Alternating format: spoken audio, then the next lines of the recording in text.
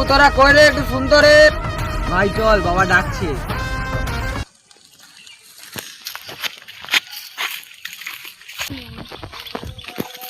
বাবু তোরা এখানে বস।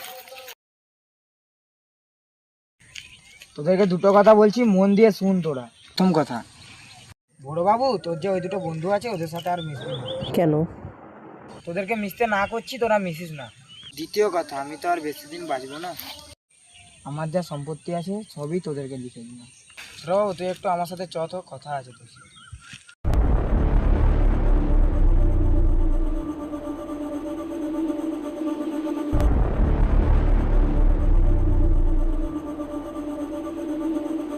বলো বাবা।